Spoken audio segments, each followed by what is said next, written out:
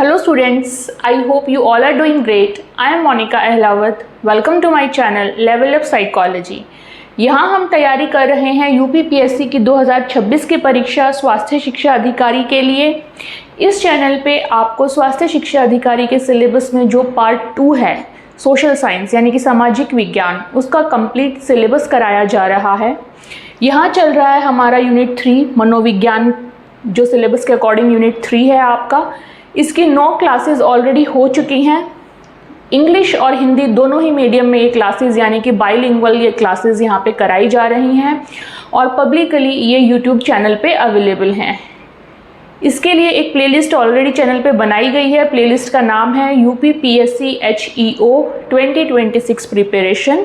तो अगर आप चैनल पे नए हैं तो सारी वीडियोस आपको उस प्लेलिस्ट में मिल जाएंगी। 9 क्लासेस ऑलरेडी हो चुकी हैं हमारी। आज है हमारी 10वीं क्लास मनोविज्ञान की, साइकोलॉजी की। तो शुरू करते हैं आज की क्लास।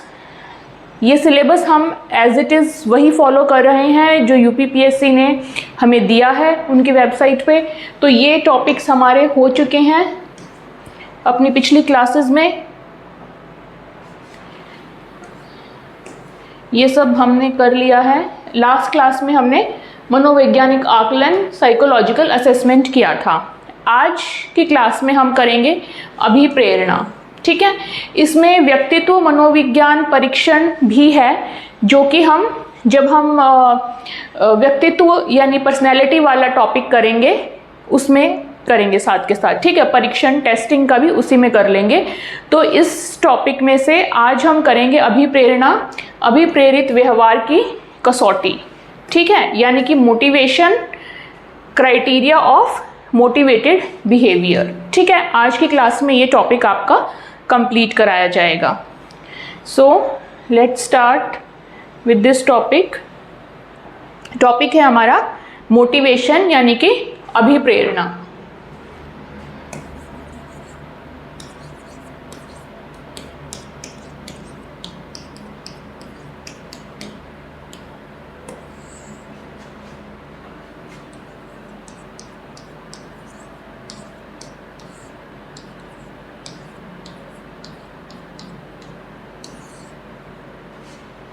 अब मोटिवेशन क्या होता है, अभिप्रेरणा क्या होता है?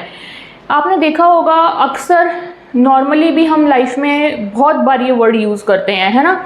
हम कहते हैं कभी कि मैं बहुत मोटिवेटेड हूँ इस काम को करने के लिए, या कभी कहते हैं डीमोटिवेशन हो रहा है, मुझसे ये काम नहीं हो पाएगा, है ना। तो आपने ये एक लिंक देखा होगा मोटिवेशन का और काम का, कि हम मोटिवेटेड होते हैं तो हम काम करना चाहते हैं, है ना। हम जब डीमोटिवेटेड होते हैं तो हम उस काम को करना नहीं चाह रहे होते हैं, है ना। तो हमारा डीमोटिवेशन से हमारा जो एक्शन होता है, हमारा जो बिहेवियर होता है वो कम हो जाता है, रुक जाता है। और जब हम मोटिवेटेड होते हैं तो हमारा बिहेवियर जो है बढ़ता है। तो कहीं ना कहीं मोटिवेशन और बिहेवियर आपस में लिंक है ना। इतना हमें समझ आता है। अब मोटिवेशन क्या चीज़ है, या यूँ कहें कि जो हमारा बिहेवियर है, हर बिहेवियर के पीछे हमारा कुछ ना कुछ मोटिवेशन रहता ही है। ठीक है, और अगर हमें किसी का पता होगा कि इसका मोटिवेशन क्या है, इसके मोटिव्स क्या हैं, तो हम किसी न किसी हद तक ये पता लगा सकते हैं कि इसने जो बिहेव किया वैसा क्यों किया और फ्यूचर में ये किस टाइप का और बिहेव कर सकता है। ठीक है, तो मोटिवेशन एक प्रकार की वो एनर्जी होती है, वो फोर्स होता है हमारे अंदर, जो कि हमें किसी एक पर्टिकुलर डायरेक्शन में व्यवहार करने के लिए फोर्स करता है। ठीक है, वो होता है हमारा अभिप्रेरणा या मोटिवेशन। अब ये क्यों फोर्स करेगा, हमारे अंदर से कोई एक एनर्जी ऐसी क्यों निकल के आएगी जो कि हमें कहेगी कि ये व्यवहार करो, ये बिहेवियर करो, वो क्यों होगा? क्योंकि हमारी कहीं ना कहीं कोई ना कोई हमें ऐसा लगेगा कि हमें इस चीज़ की नीड है, ये चीज़ हमारे पास नहीं है, हमें इस चीज़ की नीड है, हमें ये चाहिए है। तो उसके लिए क्या होगा, जब वो नीड इतनी गहरी होगी कि हमें उसको लेके कुछ टेंशन फील होगी, है ना, व्याकुलता फील होगी, तो हमारे अंदर एक अभिप्रेरित एनर्जी उठ के आएगी। ठीक है, जो कि हमें प्रेरित करेगी कि हम उस चीज़ को अर्जन करने के लिए कुछ प्रयास करें, कुछ व्यवहार करें। ठीक है, तो मोटिवेशन हमारा एक प्रकार का फोर्स होता है, एक प्रकार की एनर्जी होती है जो हमारे व्यवहार को चालू करती है, ठीक है। और वो एनर्जी आती कहाँ से है? वो हमारी नेसेसिटी से, हमारी आवश्यकता से आती है। जब हमें किसी चीज़ की आवश्यकता है तब वो आएगी, ठीक है। अब जैसे अगर मेरी बॉडी को के अंदर खाना नहीं है, ठीक है, बॉडी के अंदर सारा खाना कंज्यूम हो चुका है, ग्लूकोज का लेवल गिर रहा है, सब कुछ है, तो बॉडी को क्या चाहिए? खाना चाहिए, एनर्जी चाहिए खाने से, है ना। तो ये मेरी बॉडी की हो गई नीड की अभी बॉडी को खाना चाहिए। अब वो नीड मुझे कैसे फील होगी? स्टमक जो है, पेट अब ऐसे कॉन्ट्रैक्ट करेगा, है ना, भूख लगनी शुरू होगी, जिसको हम बोलते हैं कि भूख लग रही है ना, अंदर से फील आती है ना हमें कि भूख कैसे लगती है। स्टमक अंदर से कॉन्ट्रैक्ट करता है, भूख का एहसास होता है, खाली पेट फील होता है। तो ये हो गई वो जो टेंशन है ना। और फिर उसके बाद क्या होगा कि मेरे अंदर एक मोटिवेशन आएगा, एक एनर्जी आएगी जो मुझे प्रेरित करेगी कि मैं खाना लाऊं और खाना खाऊं, है ना। और फिर जब वो नीड पूरी हो जाएगी तो ठीक है, मोटिवेशन का भी काम खत्म हो गया, है ना। तो हम जब कोई व्यवहार करते हैं, कोई बिहेवियर करते हैं, तो उसके लिए हमें एक फोर्स की ज़रूरत होती है, एक एनर्जी की ज़रूरत होती है। वो एनर्जी होती है हमारी मोटिवेशन। ये एक पूरा प्रोसेस के रूप में होता है। और मोटिवेशन कहाँ से आता है? मोटिवेशन का सोर्स होता है हमारी कोई ना कोई नीड, ठीक है, नीड या कोई ना कोई मोटिव, ठीक है। तो ये दो चीज़ें अगर आपको नीड और मोटिवेशन क्लियर है तो आज की पूरी क्लास जो है आपको बहुत ही इजी समझ आएगी। इनफैक्ट पूरी क्लास आपको समझ आ चुकी है, ये समझिए, ठीक है। तो मोटिवेशन या अभिप्रेरणा, अब ये कहाँ से आया है वर्ड मोटिवेशन? ये आया है मोवेरे या मोटिवस से, ठीक है। ये लैटिन भाषा के शब्द हैं जिसका अर्थ होता है मूवमेंट में, चालू है ये, ठीक है, टू मूव। इनका अर्थ होता है टू मूव, ठीक है। तो जो मोटिवेशन है वो एक चालक एनर्जी है, चलती हुई एनर्जी। आप ये सोचो कि ये प्रोसेस है ये, ठीक है। तो ये कोई एक स्टेबल चीज़ नहीं है कि एक जगह रुकी हुई चीज़ें, नहीं। ये मोटिवेशन जो है ये एक चालक एनर्जी के रूप में होता है, ठीक है, ड्राइविंग फोर्स ये होता है, ठीक। तो मोटिवेशन क्या होता है? इट इज द इम्पेटस या driving force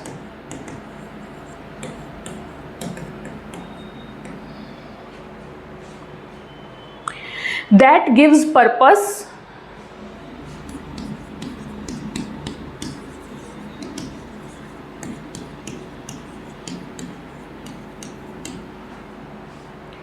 energy and direction to the behavior,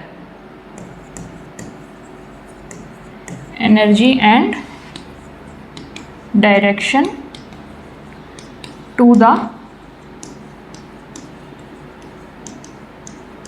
behavior, ठीक है। यानी कि ये क्या होता है? ये एक प्रकार का बल होता है, ठीक है। यहां पे मैं हिंदी में लिख देती हूं,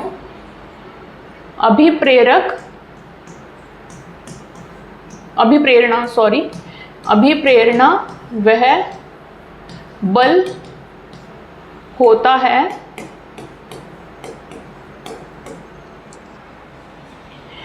जो जीव के व्यवहार को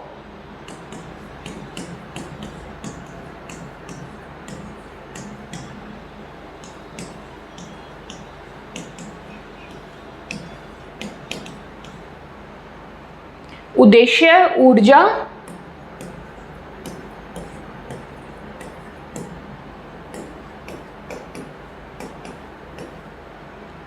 व दिशा प्रदान करता है, ठीक है।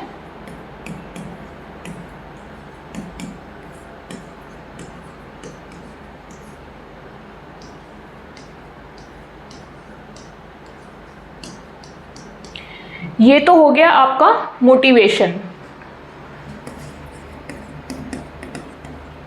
यानी अभिप्रेरणा, ठीक है। अब मोटिवेशन के लिए मैंने बात की ना, अभी आपको बताया हाँ कि मोटिवेशन के लिए हमारे पास क्या ज़रूरी है? कुछ मोटिव होना ज़रूरी है, कुछ उद्देश्य हमारे पास कुछ अभिप्रेरक, कोई वजह होनी ज़रूरी है, ठीक है। वो वजह किसी नीड की फॉर्म में हो सकती है, किसी डिज़ायर की फॉर्म में हो सकती है ना, किसी अभाव की फॉर्म में हो सकती है हमारी लाइफ में, ठीक। तो उसके लिए क्या होना ज़रूरी है, हमारे पास मोटिव होना ज़रूरी है।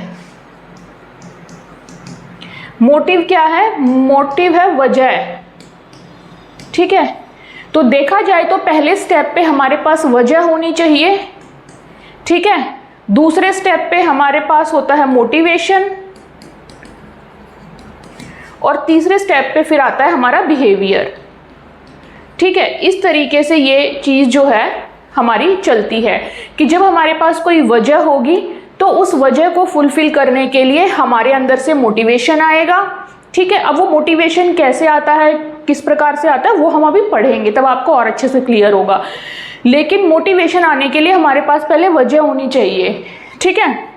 वजह होगी, फिर मोटिवेशन आएगा, और फिर उस मोटिवेशन के फलस्वरूप हम उस वजह को कंप्लीट करने के लिए कुछ ना कुछ बिहेवियर करेंगे, कुछ ना कुछ व्यवहार करेंगे, ठीक है। तो ये हो गया हमारा मोटिवेशन यानी अभिप्रेरणा का इंट्रोडक्शन।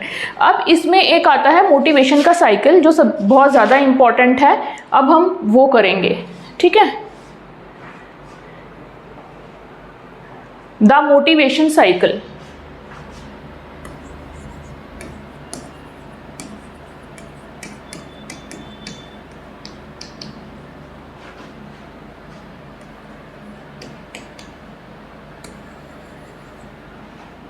यानी कि अभिप्रेरणात्मक चक्र।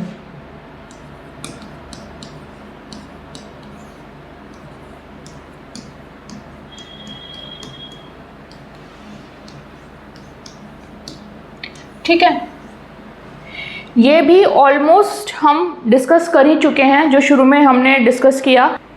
तो सबसे पहले इसमें क्या आएगा, हमारी नीड, है ना, कोई नीड होगी यानी कि आवश्यकता।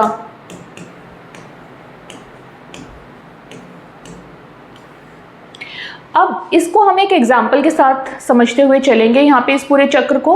एक एग्जाम्पल तो मैंने आपको पहले शुरू में ही दे दिया था, भूख वाला, है ना। और अब कोई दूसरा एग्जाम्पल लेते हैं। सपोज करो एक युवा है 22-23 साल का, ठीक है। और किसी भी युवा की जो नीड होती है सबसे ज़्यादा इस उम्र में, वो क्या होती है कि उसे कोई जॉब मिल जाए, है ना। और इसीलिए आज हम जो है यहाँ पे बैठ के तैयारी कर रहे हैं। तो हर कोई युवा जो है चाहता है कि उसको एक अच्छी जॉब मिले। और वो क्यों, जॉब का मतलब बेसिकली क्या है, मनी, है ना, फाइनेंस जो है उसके पास आए अपना खुद का, ठीक है। तो यहाँ पे ये जो नीड है हमारी इस एग्जाम्पल में, जो एग्जाम्पल हम ले रहे हैं उसमें नीड क्या हो गई हमारी, मनी या जॉब, ठीक है।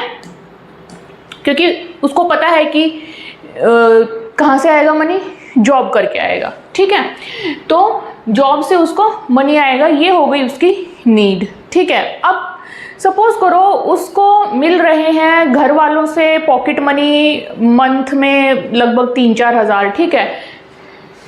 पॉकेट मनी मिल रहा है उसको, अपने जेब खर्च कुछ 4,000 के आसपास पर मंथ, ठीक है। अब क्या हो रहा है कि आजकल इतनी जो महंगाई है, अब उसके अपने खर्चे हैं पर्सनल, है ना। कहीं हो सकता है उसे कोई कोर्स लेना हो, कोई नई चीज़ किताब लेनी हो, या किसी चीज़ का बिल पे करना हो, या अपने एंटरटेनमेंट के लिए ही कहीं उसे जाना हो, या कहीं घूमने जाना हो फ्रेंड्स के साथ। मतलब आप सोच सकते हैं कि कितने सारे खर्चे जो हैं उसको देखने को मिल सकते हैं अपनी लाइफ में, है ना, इस उम्र में। तो क्या उसके लिए ये 4,000 सफिशिएंट रहेंगे, नहीं रहेंगे। तो एक टाइम आएगा कि उसको ये टेंशन होने लगेगी कि हाँ भाई, ये जो खर्चे हैं ना वो ज़्यादा हैं और मेरे पास जो है पैसे वो कम हैं, और वो भी जो हैं वो पेरेंट्स ने दिए हैं, है ना, पॉकेट मनी की फॉर्म में है। तो उनकी भी एक लिमिट है कि इतने से ज़्यादा नहीं मिलेंगे और इतने दिन के बाद मिलेंगे भी नहीं, है ना, कुछ दिनों तक ही मिलेंगे ये चीज़। तो ये चीज़ क्या क्रिएट करती है उसके दिमाग में, एक टेंशन, एक व्याकुलता क्रिएट करती है ना। उसको फील होने लग जाती है ये कमी कि हाँ कुछ ना कुछ कमी है ना, लाइफ में कुछ चीज़ चाहिए, तो इससे क्या होगा, इससे उसके अंदर एक ड्राइव आएगी। ठीक है, यहाँ आती है ड्राइव। ड्राइव क्या होती है, अंतर नोद। ठीक है, ये क्या हो गई, एक प्रकार की टेंशन आ गई उसके अंदर, है ना, मतलब कुछ तनावपूर्ण स्थिति या ऐसी व्याकुलता की स्थिति की। अब वो उस चीज़ को जो है ना बहुत सीरियसली सोच रहा है कि भाई कुछ तो करना पड़ेगा, पैसे ख़त्म हो रहे हैं या बहुत खर्चे बढ़ रहे हैं और उनको मीट करने के लिए मुझे कुछ तो करना पड़ेगा, है ना। तो अब क्या हो रहा है कि अब उसके अंदर यहाँ पे ये टेंशन की स्टेट उत्पन्न हो रही है। उसके बाद क्या होगा, उसके अंदर एक इंटरनल एनर्जी जनरेट होएगी। ठीक है, एक्टिवेशन होने लगेगा उसके अंदर कि उसकी बॉडी उसको प्रिपेयर करने लग जाएगी, उसका दिमाग जो है उसको प्रिपेयर करना लग जाएगा कि भाई अब कुछ एक्शन लो। ठीक है, तो उसके फलस्वरूप यहाँ क्या होगा, अराउजल आएगा, यानी कि एक्टिवेशन शुरू हो गया है अब। ठीक है, उद्वेलन। अब एक्टिवेशन होएगा उसके दिमाग में थॉट्स का और इन सब चीज़ों का कि अब जस्ट एक ट्रिगर की तरह एक एक्टिवेशन आएगा। ठीक है, कि अब कुछ करो, this is the time to start now. ठीक है, तो अब ये एक्टिवेशन जो है क्या रिजल्ट करेगा, बिहेवियर, गोल ओरिएंटेड। अब वो बच्चा सोचेगा कि भाई अब मुझे एक्शन लेने की ज़रूरत है, तो वो क्या करेगा, वो अपना पूरा प्लान बनाएगा, शॉर्ट लिस्ट करेगा कि इस साल मुझे कौन कौन सी जॉब्स देनी है, कैसे कैसे उनकी तैयारी करनी है, और ऐसे इतने महीने में जो है एग्ज़ाम दे के और फिर मुझे कोई ना कोई जॉब लेनी है ना। या जैसे प्राइवेट कंपनीज में जाना है तो मुझे उनके इंटरव्यूज़, किस कंपनी की हायरिंग हो रही है उसकी मेरे को लिस्ट निकालनी है और जा के इंटरव्यूज़ देने हैं और सिलेक्शन लेना है, जिस भी तरीके से उसकी रहेगी स्ट्रैटेजी वो। ठीक है, तो अब यहाँ पे वो करेगा गोल ओरिएंटेड बिहेवियर। अब उसका बिहेवियर यहाँ शुरू हो जाएगा। ठीक है, गोल ओरिएंटेड बिहेवियर। ठीक है, लक्ष्य निर्दिष्ट व्यवहार। लक्ष्य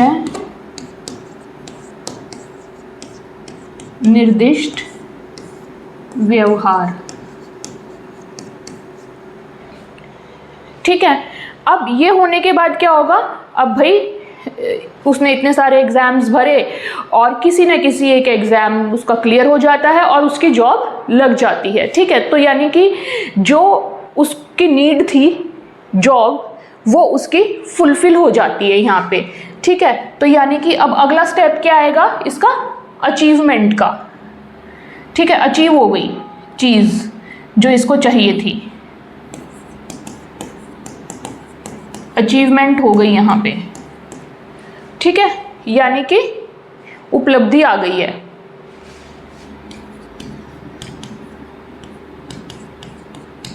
अब उपलब्धि होने के बाद क्या होगा, जो उसके अंदर ये अराउजल था, उद्वेलन था, ठीक है, ये कम होने लग जाएगा, है ना। यहाँ पे तो बहुत ज़्यादा एक्टिव हो गया था ना, एक्टिवेट हो गई थी बिल्कुल उसके अंदर, दिमाग में एनर्जीज, एकदम से उत्तेजन आ गया था कि भाई अब मुझे कुछ ना कुछ एक्शन लेना ही है। अब जब वो चीज़ फुलफिल हो जाएगी तो वो धीरे धीरे जो है कम होता जाएगा, ये जो उत्तेजना थी ये कम होती जाएगी। ठीक है, तो क्या आएगा, रिडक्शन ऑफ अराउजल। अगले स्टेप में रिडक्शन ऑफ अराउजल, यानी कि उद्वेलन की कमी।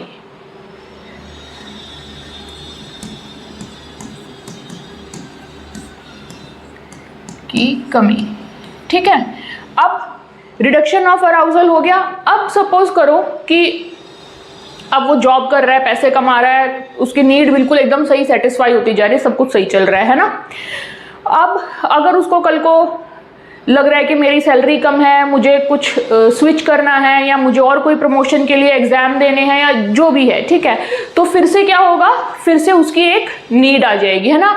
तो ये फिर से वो नीड जो है वो जनरेट हो जाएगी, फिर नीड आएगी तो फिर कुछ ना कुछ जो भी उसको अभाव जो है टेंशन देगा, उससे ड्राइव आएगी उसके अंदर, और फिर एक उत्तेजना फील होगी, उसके फलस्वरूप वो गोल ओरिएंटेड बिहेवियर करेगा, फिर अचीवमेंट करेगा, फिर वो जो है उत्तेजना वो कम होगी।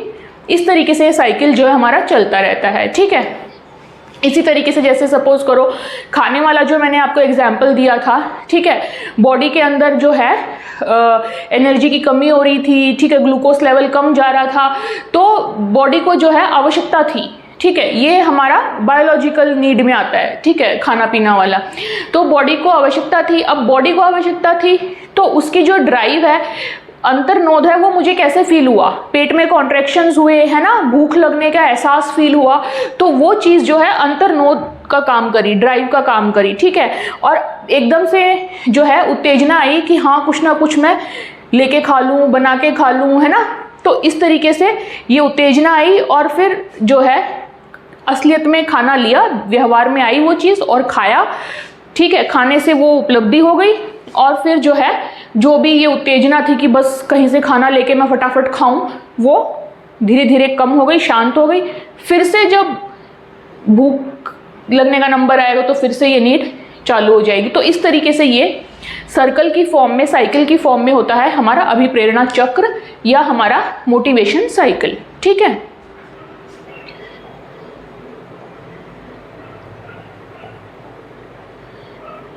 इसके हम छोटी छोटी यहाँ पे एक आधी लाइनें लिख लेते हैं ताकि आपको ये याद करने में समझ और बाद में रिवाइज करने में आसानी हो, ठीक है।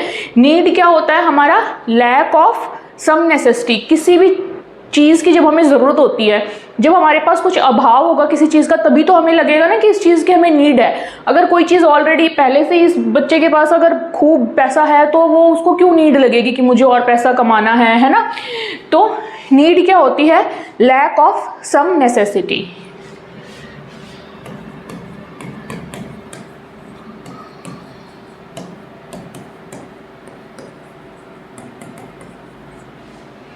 ठीक है, यानी कि किसी आवश्यक वस्तु का अभाव।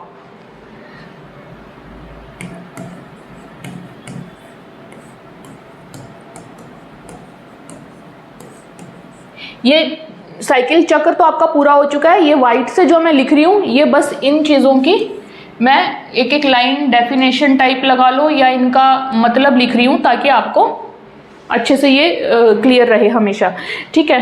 किसी आवश्यकता का, किसी आवश्यक वस्तु का अभाव।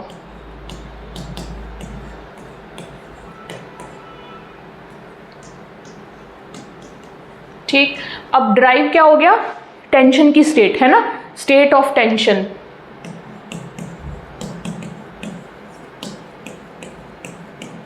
यानी तनावपूर्ण स्थिति, तनाव आता है यहां पे हमारे अंदर, ठीक है। अराउजल क्या हो गया? एक प्रकार की उत्तेजना, ठीक है, आंतरिक उत्तेजना, इंटरनल एक्टिवेशन, इंटरनल एक्टिवेशन, ठीक है, आंतरिक उत्तेजना। उसके बाद गोल ओरिएंटेड बिहेवियर, लक्ष्य निर्दिष्ट व्यवहार। ये तो नाम से ही पता चल रहा है ना, अपने लक्ष्य बनाएंगे, लक्ष्य के अकॉर्डिंग जो बिहेवियर हम वैसा बिहेवियर करेंगे। अचीवमेंट, उपलब्धि भी पता चल रहा है। और रिडक्शन ऑफ अराउजल मतलब आंतरिक उत्तेजना का कम हो जाना, ठीक है। तो ये आपको यहाँ से समझ आ ही जाएगा। तो ये चीज़ें मेन हैं जो मैंने लिख दी हैं। आप चाहें तो इसको नोट डाउन कर सकते हैं एक बार, उसके बाद हम आगे चलेंगे।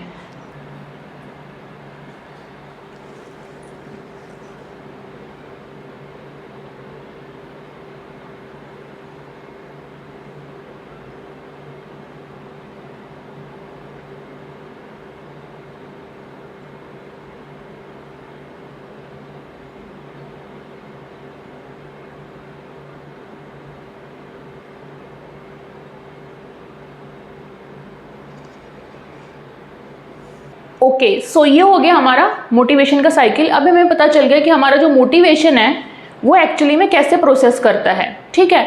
तो मोटिवेशन जो होता है वो एक प्रोसेस होता है, ठीक है। ये यहाँ पे हमने पिछली स्लाइड में यहाँ पे किया ना। मोटिवेशन क्या होता है? मोटिवेशन एक आपका प्रोसेस होता है, मोटिव आपकी वजह होती है, ठीक है। तो अब हम यहाँ पे आगे जो पढ़ेंगे वो पढ़ेंगे कि ये जो मोटिव होते हैं, ये जो वजह होती है, ये कितने प्रकार की होती हैं, कौन कौन सी होती हैं, उनके अलग अलग टाइप्स, और फिर मोटिवेशन किस किस प्रकार के होते हैं, ठीक है। तो अब जैसे ही वजह होंगी उसी प्रकार के मोटिवेशन होंगे, है ना। तो अब पहले हम करेंगे मोटिव, यानी कि कौन कौन सी वजह है, कौन कौन सी नीड्स होती हैं जिनके प्रति इंसान जो है उनको फुलफिल करने की कोशिश करता है, और उसके फलस्वरूप जो है मोटिवेशन का साइकिल रन होता है और हमारा बिहेवियर चलता है साथ के साथ, ठीक है। तो ये चीज़ें हैं। तो मोटिवेशन आप देखेंगे ये एक प्रोसेस है, ये एक चलता हुआ प्रोसेस है, ठीक है। It is a running cycle. तो अब करते हैं हम टाइप्स ऑफ मोटिव्स, उसके बाद हम टाइप्स ऑफ मोटिवेशन करेंगे, ठीक है। अभिप्रेरकों के प्रकार, टाइप्स ऑफ मोटिव्स, यानी कि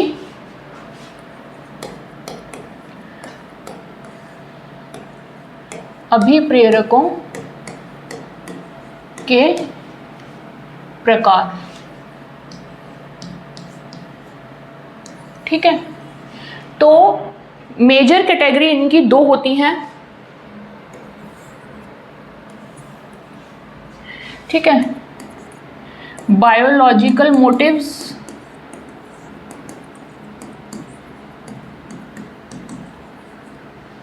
यानी कि जैविक अभिप्रेरक, है ना।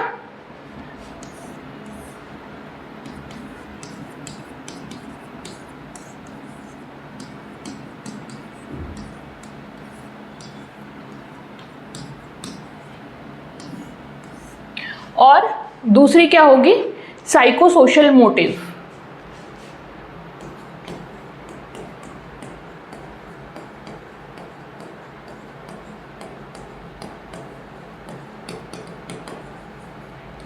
यानी कि मनोसामाजिक अभिप्रेरक,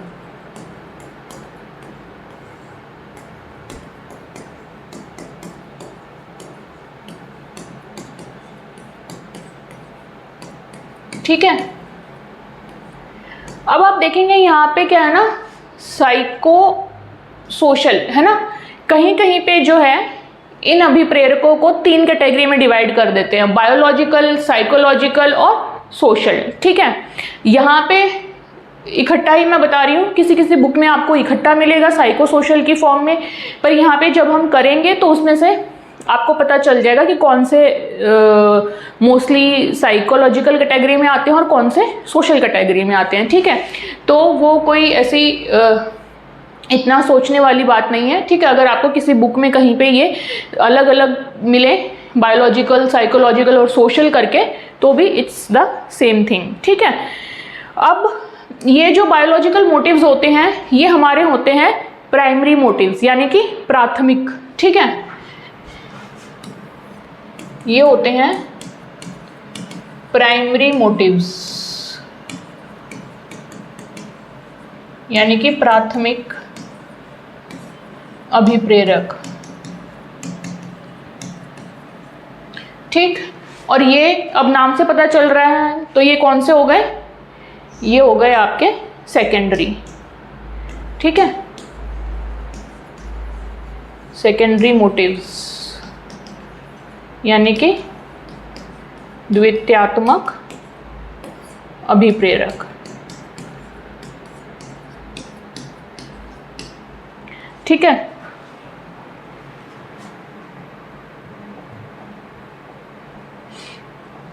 अब हम जो है पहले करेंगे बायोलॉजिकल मोटिव्स, फिर हम करेंगे साइकोसोशल मोटिव्स, ठीक है। अब बायोलॉजिकल मोटिव्स प्राइमरी मोटिव्स हैं, नाम से पता चल रहा है जैविक अभिप्रेरक, तो यानी कि ये कुछ ना कुछ ये नेचुरल है ना, कि ऑटोमेटिकली हमारी बॉडी में जो है इस टाइप के मोटिव्स, इस टाइप के फंक्शंस प्रेजेंट होंगे, ठीक है। तो हमारी बॉडी में जो जो चीज़ों की नीड होती है स्पेशली, ताकि बॉडी अच्छे से फंक्शन करे सही से, है ना, और हम जीवित भी रहें, है ना। तो ये जो होते हैं यहाँ पे वो वाले मोटिव्स आते हैं, ठीक है। तो उसमें होता है आपका हंगर, यानी कि भूख, थर्स्ट यानी कि प्यास, स्लीप यानी कि नींद, ठीक है, और लास्ट आता है इसमें सेक्स यानी कि काम।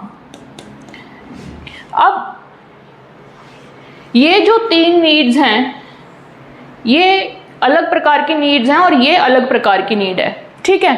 अब ये जो 3 नीड हैं ये हमारे जीवित रहने के लिए ज़रूरी हैं, ठीक है, इम्पॉर्टेंट फॉर आवर सर्वाइवल।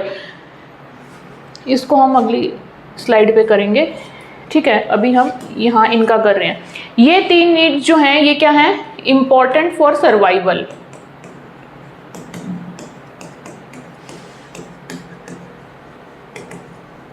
ठीक है, जीवित रहने के लिए ज़रूरी हैं।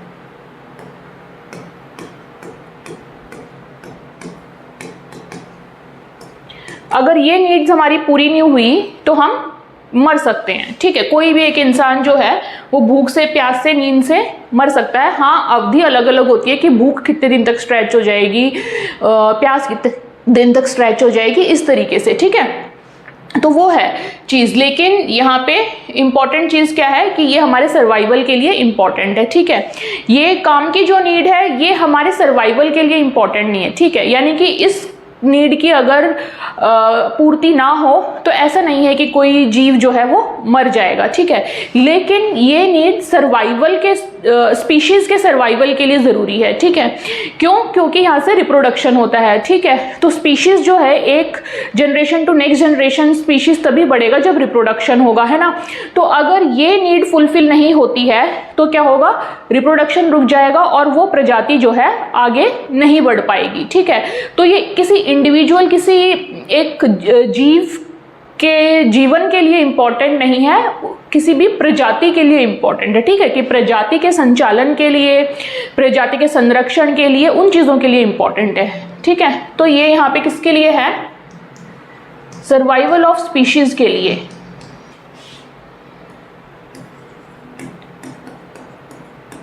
ठीक है, प्रजाति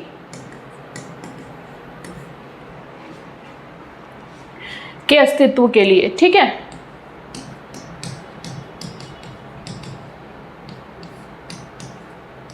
अब ये जो 3 नीड हैं इनको कौन मेंटेन रखता है हमारे ब्रेन में, हाइपोथैलेमस, ठीक है। तो ब्रेन का जो पार्ट रिस्पॉन्सिबल होता है यहाँ पे उसको कहते हैं हाइपोथैलेमस, ठीक। इसको हिंदी में बोलेंगे अधश्चेक।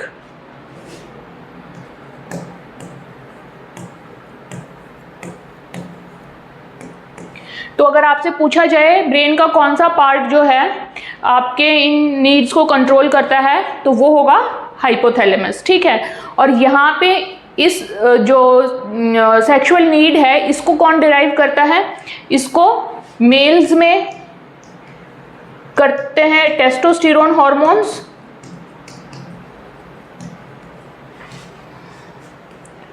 ठीक है, और फीमेल्स में करते हैं एस्ट्रोजन्स।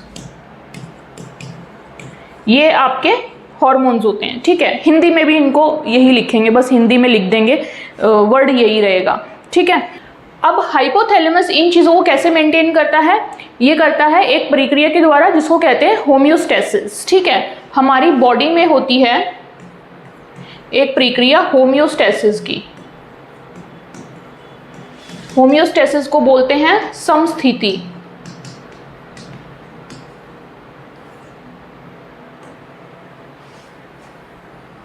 ठीक है। समस्थिति होम्योस्टेसिस क्या होती है, यानी कि हमारी बॉडी के पास वो मैकेनिज्म होता है, हमारी बॉडी ना एक बैलेंस बना के चलती है हमारा, ठीक है। कि जैसे कि हमारे टेम्परेचर का हो गया, हमारे भूख प्यास नींद हो गया, इनका एक बैलेंस बनना होता है, ठीक। तो अगर वो बैलेंस बिगड़ने लगता है, ऊपर नीचे कुछ होने लगता है, तो बॉडी का जो होम्योस्टेसिस है वो वर्क करने लग जाता है उस बैलेंस को वापस रिस्टोर करने के लिए, ठीक है। फॉर एग्जाम्पल जैसे बहुत गर्मी अगर होती है ना, तापमान बढ़ जाता है तो क्या होता है, हमारी बॉडी अपने आप ही पसीना रिलीज करने लग जाती है, स्वेटिंग होती है हमें, है ना। तो उससे फिर हमारी बॉडी कूल डाउन हो जाती है। तो ये एक एग्जांपल है कि किस तरीके से हमारी बॉडी रिस्टोर कर रही है बैलेंस अपने अंदर, ठीक है। या जैसे मैंने भूख और प्यास का एग्जांपल दिया कि जैसे बॉडी को जब ये है कि पानी चाहिए तो हमारा मुंह सूखने लग जाता है, गला सूखने लग जाता है ना, या खाना चाहिए तो पेट में कॉन्ट्रैक्शंस होने लग जाती हैं तो हम खाना खाते हैं। तो इस तरीके से जो है बॉडी होम्योस्टेसिस के द्वारा जो है अपना बैलेंस रिस्टोर करने लग जाती है, अगर बैलेंस कुछ ऊपर नीचे हो जाए तो, ठीक है। तो ये होता है हमारा इनके साथ, और ये करता है कौन? हाइपोथैलेमस, ठीक है। अब ये जो काम की जो नीड है ये कम्प्लीटली जो है ये कम्प्लीटली बायोलॉजिकल नहीं होती है, ठीक है। इसमें कुछ ना कुछ एक्सटर्नल स्टिमुलाई भी प्रेजेंट हो सकते हैं, ठीक। और यहाँ पे जो बिहेवियर होता है वो भी not just out of biology कोई बिहेव करता है, बट कैसे उसकी अपब्रिंगिंग है, कैसा उसका सोशल एनवायरनमेंट है, कैसे उसके सामाजिक मानक हैं, सोशल नॉर्म्स कैसे हैं, ये सब चीज़ें मैटर करती हैं। तो उसी प्रकार से जो है यहाँ पे बिहेवियर होता है। यहाँ पे तो क्या है, बायोलॉजी के अकॉर्डिंगली जैसे हमें भूख लगी तो हम खाना खाएंगे, प्यास लगी तो पानी पिएंगे, है ना। तो यहाँ पे it is not completely biological, या फिर यू कैन से कि बायोलॉजिकल होता है प्लस साथ में एक्सटर्नल स्टिमुलाई भी काम कर रहे होते हैं, ठीक है। एंड बिहेवियर जो है वो किस पे डिपेंड करता है यहाँ पे? अच्छा, एंड यहाँ पे तो क्या है, हंगर, थर्स्ट, स्लीप, ये छोटे बच्चे को भी आएगी, बड़े बच्चे को भी, उससे बड़े को भी, किसी युवा को भी, बुजुर्ग को भी, सबको आएगी, ठीक है। मतलब अगर स्वास्थ्य में या कुछ बॉडी के किसी फंक्शनिंग में कुछ इशू ना हो तो in a healthy person I am saying, ठीक है। यहाँ पे क्या होगा, लेकिन यहाँ पे एज के साथ ये चीज़ डिफर करती है, ठीक है। और साथ के साथ अगर स्ट्रेस लेवल है, आपका कैसा एनवायरनमेंट है, उन चीज़ों पे बहुत डिपेंड करती है, ठीक है। तो यहाँ पे क्या क्या आ जाएगा, एज आ जाएगा, फैमिली अपब्रिंगिंग आ जाएगा, कैसा फैमिली में उसकी अपब्रिंगिंग हुई है,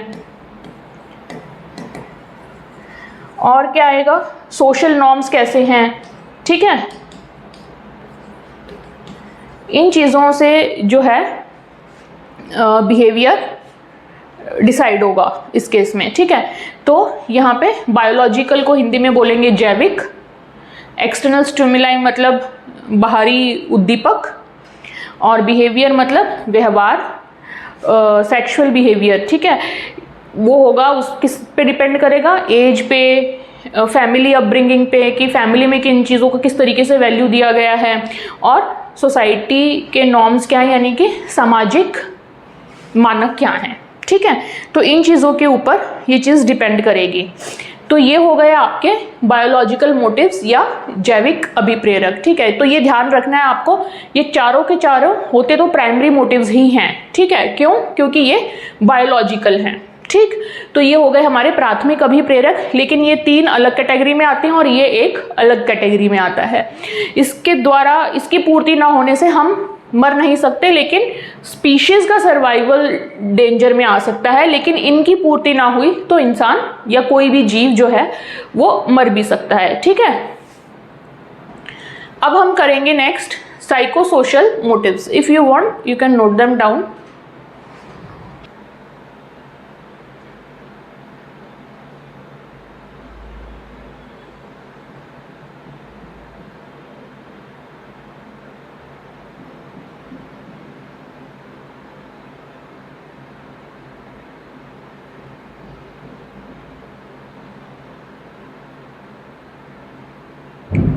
ओके, अब हम देखेंगे अपने सेकेंडरी मोटिव्स यानी कि साइकोसोशल मोटिव्स, मनोसामाजिक अभिप्रेरक, ठीक है।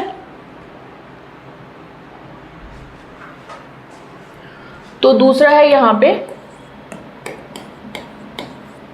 साइकोसोशल मोटिव्स, ठीक है। तो यानी कि यहाँ पे ऐसे आ जाएंगे जो कि साइकोलॉजी से, मनोवैज्ञानिकता से रिलेटेड हैं, और जो कि समाज से रिलेटेड हैं, सोशल से लाइफ से रिलेटेड हैं, ठीक है।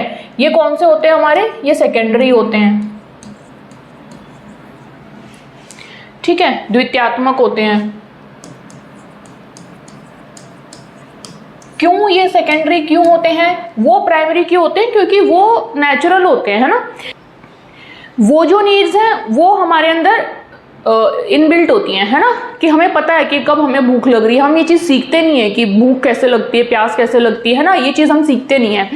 तो लेकिन ये जो साइको सोशल मोटिव्स है ये कैसे होते हैं, ये हम जब अपने आसपास के बड़े हो रहे होते हैं, हम लर्निंग कर रहे होते हैं, अधिगम चल रहा होता है हमारा, हम आसपास के लोगों को देखते हैं, उनसे इंटरेक्ट करते हैं, अंतःक्रिया होती है, तब हम देखने लग जाते हैं कि अच्छा कहाँ पे क्या चीज़ है, क्या चीज़ यहाँ पे बहुत ज़्यादा फेमस है, क्या चीज़ यहाँ पे सब लोग कर रहे हैं। कई बार ऐसा होता है ना, आपने देखा होगा, अब ऐसा क्यों है कि इंडिया में सबको ही यूपीएससी क्लियर करना है ना, सबकी ही वो नीड है ऑलमोस्ट, है ना, ऑलमोस्ट हर किसी बच्चे का, specially in North India, almost हर किसी को जो है ये नीड है कि उनको यूपीएससी क्लियर करना है। ऐसी नीड उनकी बनी हुई है। ये वो क्यों? क्योंकि सोसाइटी में उनकी अपब्रिंगिंग के टाइम पे ये चीज़ जो है इतनी ज़्यादा उनके आसपास उनको देखने को मिली कि उनको उस चीज़ का अभाव फील हुआ और वो उनकी एक नीड बन गई, है ना।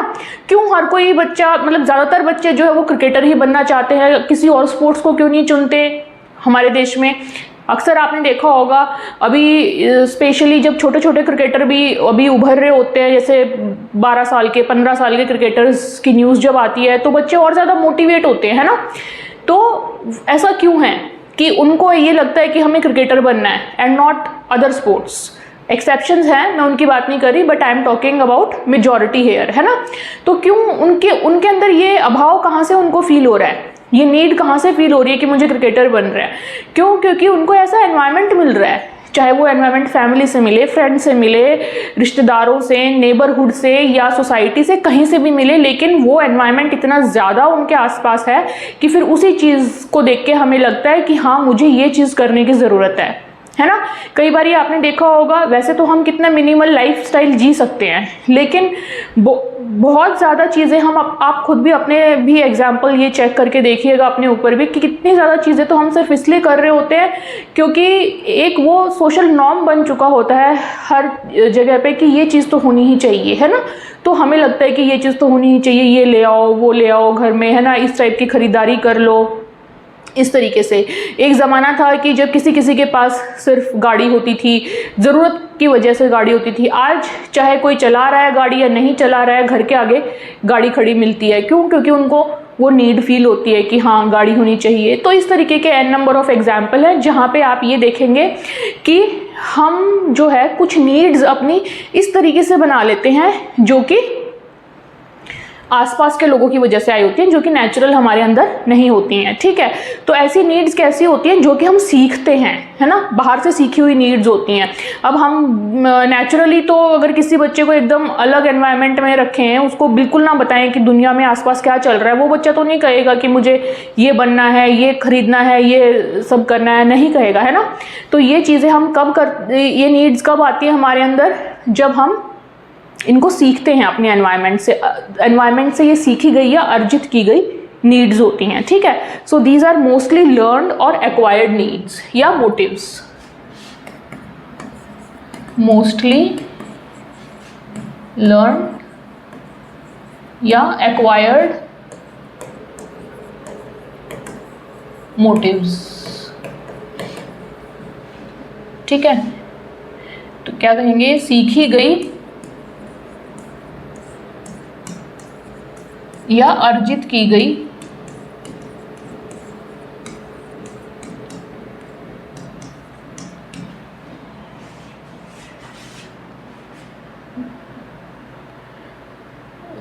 अभिप्रेरक, ठीक है।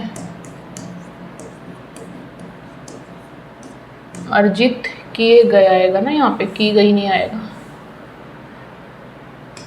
किए गए, ठीक है। उसी तरह यहाँ पे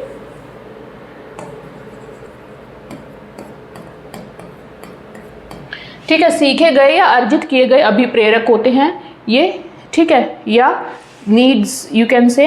तो ये कहाँ से सीखते हैं हम? फ्रॉम सोशल ग्रुप्स,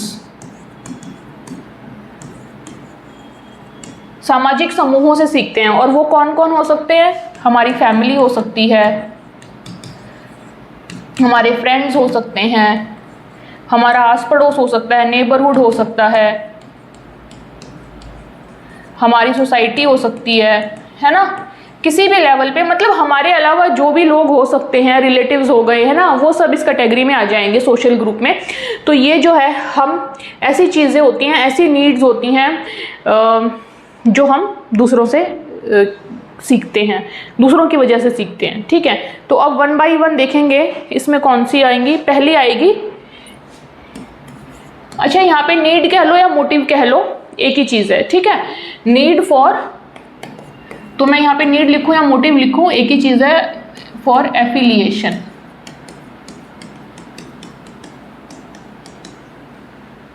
ठीक है, एफिलिएशन मतलब संबंध होना, किसी चीज़ से एफिलिएट होते हैं, कहते हैं ना कि हम यहाँ इस चीज़ से एफिलिएट कर रहे हैं, हम इस चीज़ से संबंधित हो रहे हैं। ठीक है, संबंध जोड़ रहे हैं, तो क्या हो गया ये संबंधन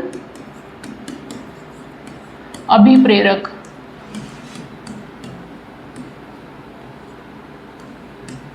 इसमें अब नाम से पता चल रहा है क्या होगा कि मतलब हम दूसरों से संबंध जोड़ने की कोशिश करते हैं यहाँ पे। ठीक है, हर किसी इंसान को क्या होता है कि ये होता है कि हम किसी ना किसी का हिस्सा हों, है ना, किसी ग्रुप का हिस्सा हों, किसी फ्रेंड सर्कल का हिस्सा हों, है ना, कि दूसरे लोगों से हम किसी ना किसी रूप में एसोसिएट हों। ठीक है, फिजिकली भी और साइकोलॉजिकली भी। ठीक है, फिजिकली मतलब जहाँ पे एक ग्रुप प्रेजेंट है, अब कोई नहीं चाहेगा कि वो अकेला रहे कहीं पे, है ना, वो चाहेगा कि मैं, एक ग्रुप है यहाँ पे तो मैं जाके वहाँ बैठ जाऊँ, शिफ्ट हो जाऊँ वहाँ पे, उस ग्रुप के साथ बैठूँ, है ना। या साइकोलॉजिकली कि अगर मुझे बात करनी है, अपने इमोशंस शेयर करने हैं तो कोई हो तो मैं उसके साथ करूँ, है ना। तो फिजिकली और साइकोलॉजिकली दोनों तरीके से जो है यहाँ पे नीड ऑफ एफिलिएशन होती है, संबंधन का अभिप्रेरक होता है।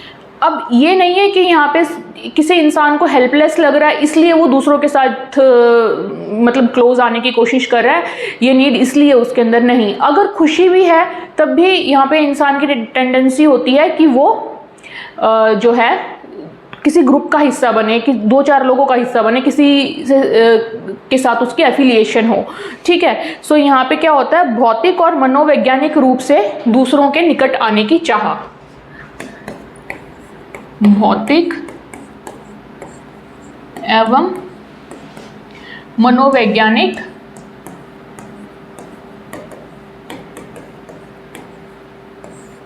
रूप से दूसरों के निकट आने की चाह। ठीक है,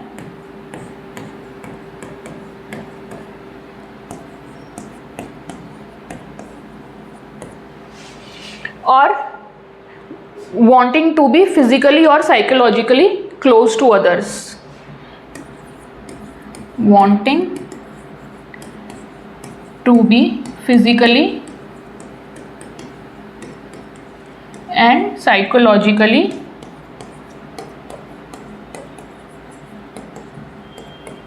close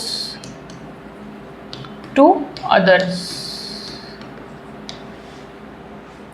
ठीक है, एंड कब होता है ये हर सिचुएशन में। ठीक है, ऐसा नहीं है कि अगर किसी को किस ज़रूरत है, अभाव हो रहा है, हेल्पलेसनेस हो रही है, ठीक है, कोई दिक्कत में है तभी ये चाहेगा, नहीं, खुशी में भी लोग जो है ऐसा चाहते हैं।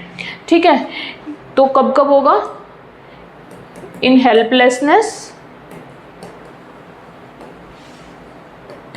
हैप्पीनेस, ठीक है, एटसेट्रा। तो ये हो गई नीड फॉर एफिलिएशन। अगला आता है नीड फॉर पावर या पावर के motives. Second is your need for power, यानी कि शक्ति अभिप्रेरक।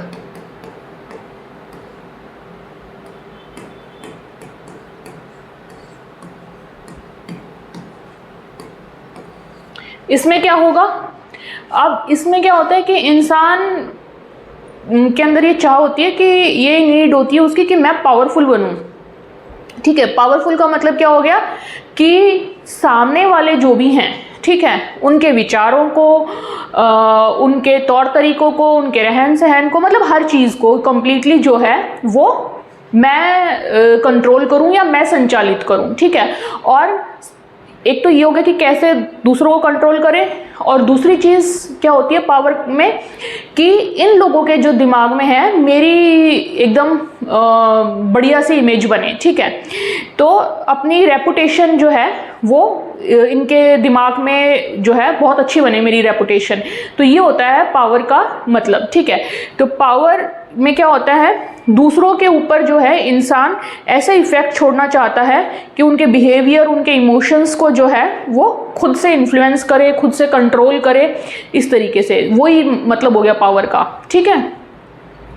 तो ये होती है किसी किसी में पावर की नीड, पावर की चाह। तो जिन लोगों में अगर आप देखेंगे कि इस इंसान को पावर की चाह है, तो अपने अपने लेवल पे हर कोई जो है इस टाइप का इंसान जो होगा वो चाहेगा कि मैं सामने वालों को जो है कंट्रोल करूं, ठीक है। उनके बिहेवियर को, उनको इमोशंस को मैं कंट्रोल करूं और साथ के साथ मेरी इमेज इनके दिमाग में, मेरी जो रेपुटेशन है इनके दिमाग में वो एकदम बढ़िया बने, ठीक है। बहुत अच्छी जो है मेरी इमेज बने, मतलब लाइक काइंड ऑफ की इस तरीके से कि जैसे कि मैं ही आइडियल पर्सन हूँ इस दुनिया में, या एक गॉडली इमेज बने कि मैं जो है सबसे अच्छा जो है परफेक्ट इंसान इस दुनिया में हूँ। तो ये जो चाह होती है, इस टाइप की जो चीज़ें होती हैं वो उसके अंदर होती हैं, जिसकी की नीड ऑफ पावर होती है या शक्ति की अभिप्रेरक ज़्यादा होता है, ठीक है। तो अब ये ऐसा नहीं है कि ये हर एक इंसान के अंदर बहुत, जितनी भी नीड्स हम यहाँ कर रहे हैं तो हर एक इंसान के अंदर आपको ये साइको सोशल नीड्स स्पेशली, कि हर एक इंसान के अंदर आपको बहुत हाई लेवल की देखने को मिलेंगी, नहीं।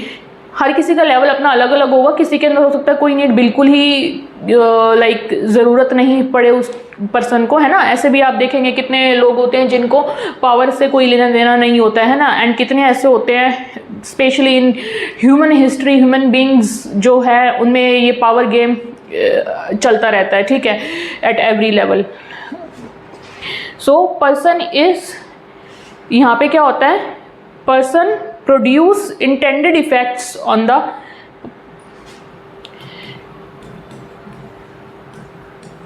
person wants to produce intended effects, ठीक है। जानबूझ के इंटेंशनली वो चाहता है ऐसा इफेक्ट डालना on the behaviour and emotions of others, on the behavior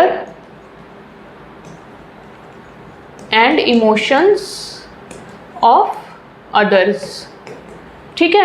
ये चीज़ होगी। और दूसरी क्या चीज़ होगी कि enhances own reputation in their eyes। एक तो ये पॉइंट होगा पावर, जिसके अंदर पावर की भूख होगी, और क्या होगा, enhances own reputation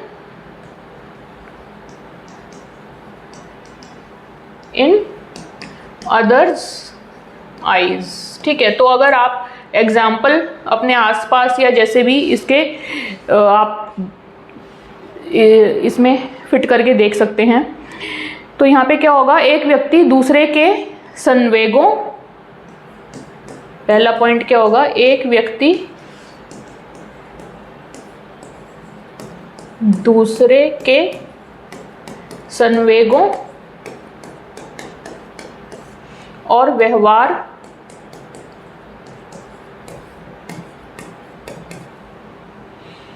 पर अभिप्रेत प्रभाव डालता है, पर अभिप्रेत प्रभाव डालता है, ठीक है। कि जैसा आप सोच रहे हो, जो आप बिहेव कर रहे हो, सब जो है पूरा का पूरा कंप्लीटली उसके कंट्रोल में हो, ठीक है। ऐसा चाहेगा पर्सन जो कि बहुत, जिसके अंदर ये होगा नीड फॉर पावर बहुत ज़्यादा होगी, ठीक है। और क्या करता है, अपनी रेपुटेशन दूसरों की, अब दूसरों की नज़रों में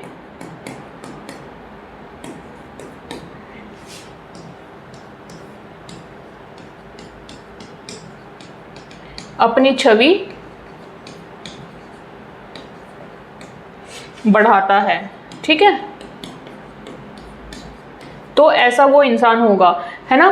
कैसे इंटेंडेड इफेक्ट्स कैसे इंटेंडेड इफेक्ट्स डालेगा या अभिप्रेत प्रभाव जो है किस प्रकार के डालेगा, कंट्रोल करेगा, इन्फ्लुएंस करेगा, है ना, परसुएड करेगा, लीड करेगा, उनके जो हर प्रकार से जो है उन पे अपना आधिपत्य, अपना हक जो है वो थोपने की कोशिश करेगा।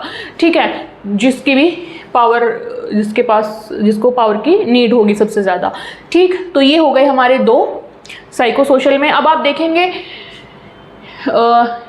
इसमें कहीं ना कहीं हमारी साइकोलॉजी, हमारी सोशल लाइफ, दोनों की दोनों चीज़ों की बात हो रही है, तो इसलिए ये साइको सोशल में आ रहा है। ठीक है, number 3 is need for achievement.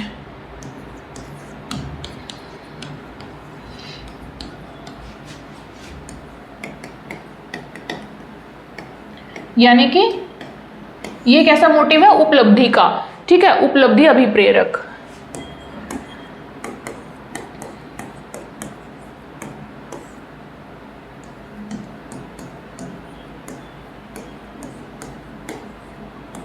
उपलब्धि अभिप्रेरक क्या होता है, अब जिसमें जो भी, जैसे आप भी तैयारी कर रहे हो, है ना, तो आपका उद्देश्य क्या है, स्वास्थ्य शिक्षा अधिकारी बनना, है ना, तो वो क्या है आपके लिए अचीवमेंट है। ऐसे ही कोई भी अगर खिलाड़ी है, उसे किसी गेम में पार्टिसिपेट करना है, उसमें जीतना उसके लिए अचीवमेंट है।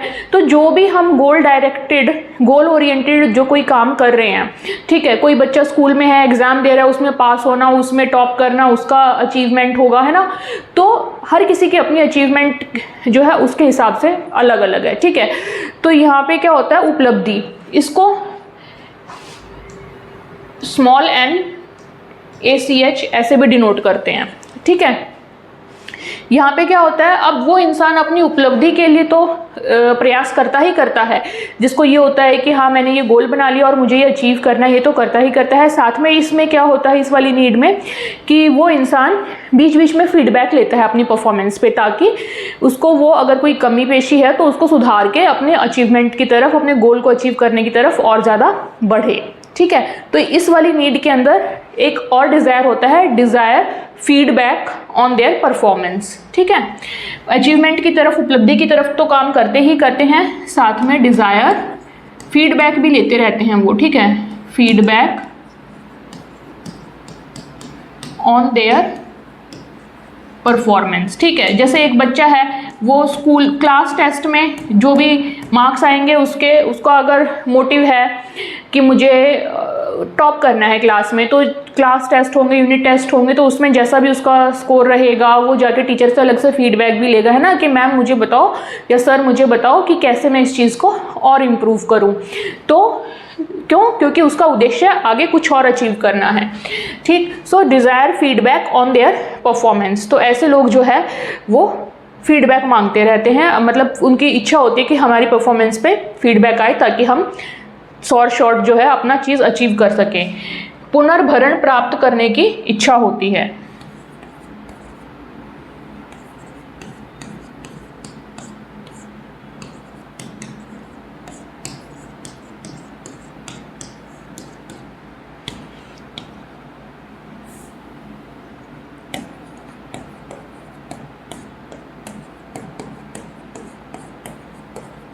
ठीक है, तो जिनके अंदर नीड फॉर अचीवमेंट होता है वो इस टाइप से बिहेव करेंगे। अगला आता है क्यूरियोसिटी एंड एक्सप्लोरेशन। ठीक है,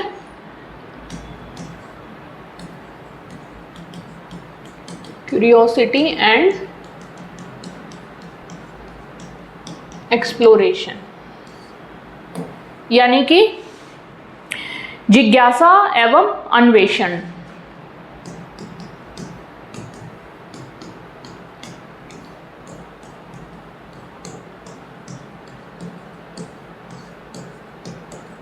ठीक है, अब ये क्या होता है, यहाँ पे इंसान के अंदर जो है, यहाँ पे क्लियर गोल नहीं होता। ठीक है, नो क्लियर गोल। ठीक है, ये आप देखेंगे ये प्योरली साइकोलॉजी से रिलेटेड है, मनोविज्ञान से रिलेटेड है कि इंसान के अंदर जो है यहाँ पे कोई क्लियर गोल नहीं, यानी कि समाज में तो क्या नॉर्म्स हैं, क्या टारगेट्स हैं उनके, उनको कोई लेना देना नहीं है। उनके अंदर अपनी एक इंटरनल क्यूरियोसिटी है, ठीक है, उनको जानना है। जैसे छोटे बच्चे होते हैं ना, उनके अंदर ये बहुत ज़्यादा क्यूरियोसिटी होती है, हर चीज़ को देखना अपने आप से कि क्या चीज़ है, कैसे होगा, है ना, बिना किसी की हेल्प से वो अपने आप ही एक्सप्लोर करने की कोशिश करते हैं। तो ऐसे ही क्यूरियोसिटी एंड एक्सप्लोरेशन की जो है नीड होती है कुछ लोगों में, और इसमें कुछ ऐसा नहीं होता कि वो पहले से गोल बना के चलते हैं, नहीं, वो बिल्कुल एकदम ओपन माइंडेड होते हैं कि लेट्स एक्सप्लोर, देखते हैं कि क्या है यहाँ पे, है ना। पहले से गोल कुछ निर्धारित नहीं होता कि ये ही मिलना चाहिए आउटपुट, नो, वो क्लियरली ओपन माइंड होके जो है विदाउट एनी गोल्स चीज़ों को एक्सप्लोर करते हैं। क्यों? क्योंकि उनके अंदर क्यूरियोसिटी होती है। तो ये पूरा जो है साइकोलॉजिकल या मनोवैज्ञानिक वाला जो है आपका मोटिव है, ठीक है। तो ये हो गए आपके मोटिव्स। तो हमने इसमें 2 टाइप के मोटिव्स किए हैं, बायोलॉजिकल मोटिव्स एंड साइकोसोशल, ठीक है। साइकोसोशल को आप साइकोलॉजिकल और सोशल अलग करके भी देख सकते हैं, बट कहीं ना कहीं ये बाकी की जो 3 हैं इसमें जो है साइकोलॉजिकल और सोशल दोनों ही आ रहे हैं, ठीक है। तो अब आगे चलते हैं हम टाइप्स ऑफ मोटिवेशन पे। अभी टाइप्स ऑफ मोटिव्स हो गया हमारा, अभिप्रेरक के प्रकार हो गए। अब हमने कहा था अभिप्रेरक के बाद क्या आएगा? मोटिवेशन आएगा। अब हमें पता तो चल गया कि नीड्स कैसी हैं, अब नीड्स को फुलफिल भी तो करना है, तो उनसे किस टाइप के मोटिवेशन जो है वो अराइज होते हैं वो देखते हैं। तो अब ये लगभग आपको आसानी से ही क्लियर हो जाएगा, क्योंकि ऑलमोस्ट ये सब चीज़ हम अभी कर ही चुके हैं। मोटिव्स क्लियर हो गए तो मोटिवेशन तो इजी है ना। पहला टाइप क्या हो सकता है? Intrinsic motivation and extrinsic motivation, ठीक है, यानी कि आंतरिक और बाह्य अभिप्रेरणा।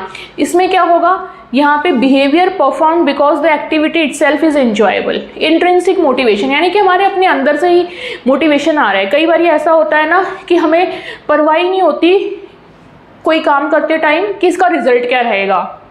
हम वो काम सिर्फ इसलिए कर रहे होते हैं क्योंकि हम उस काम को एंजॉय कर रहे होते हैं, वो काम करने का प्रोसेस हम एंजॉय कर रहे होते हैं, है ना। तो वह व्यवहार जो व्यक्ति इसलिए करता है क्योंकि वह गतिविधि स्वयं उसे आनंददायक लगती है, ठीक है। जैसे कि reading because you love learning. अगर आपको पढ़ने का शौक है तो जैसे कि कई लोगों को रीडिंग का कितना शौक होता है, वो इतनी किताबें पढ़ लेते हैं, एक एक दिन में पता नहीं एक एक 2-2 किताबें भी फिनिश कर लेते हैं। तो ऐसा क्यों होता है? क्योंकि उन्हें रीडिंग का शौक है ना, और वही जो शौक है उनको वही मोटिवेशन लेके आता है। ऐसा नहीं है कि वो बुक पढ़ के वो कोई एग्जाम देने जाएंगे, है ना। तो इस तरीके से बहुत सी चीज़ें ऐसी हैं जो कि, या कुछ लोग जो फिलैंथ्रोपिस्ट लोग होते हैं वो क्या करते हैं, जैसे दूसरों की कुछ सहायता करते हैं, उसके बदले में उन्हें कुछ नहीं चाहिए होता है ना, वो दिखावा करते हैं।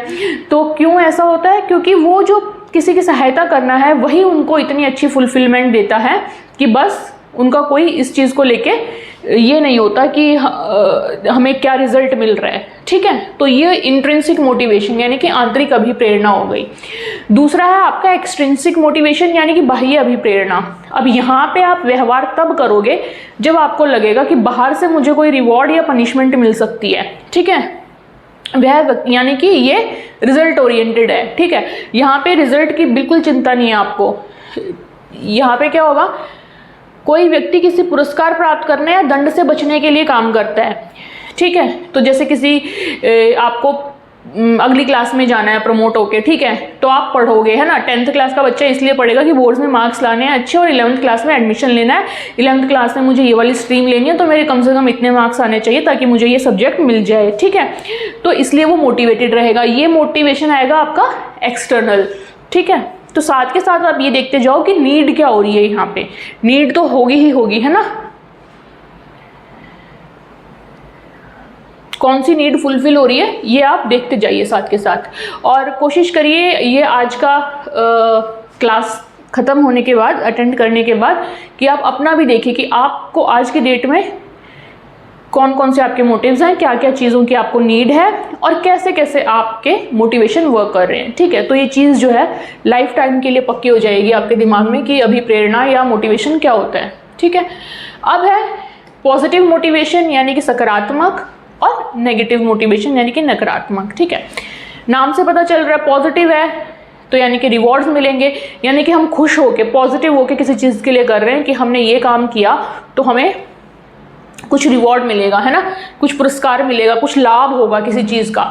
और नकारात्मक यानी बेस्ड आउट ऑफ फियर और पनिशमेंट। अब कोई काम करने हम इसलिए कर रहे हैं कि हमें ये लगेगा कि यहाँ पे कोई दंड या नकारात्मक कुछ हो सकता है, तो इसलिए हम उस काम को कर रहे हैं, ठीक है।